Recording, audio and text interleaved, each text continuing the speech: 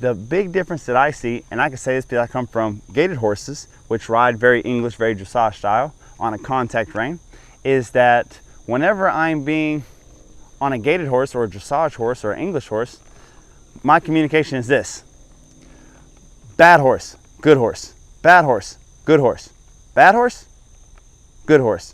Everything happens right here inside my hands because we're on a contact rein. We're on a rein that he's feeling the whole time. So the margin of error is very small and the reward for doing right is very small. Versus whenever I ride him around Western, like a reiner, when he's doing the right thing, here you go, here's all the reins. Good boy, bad boy, good boy, bad boy.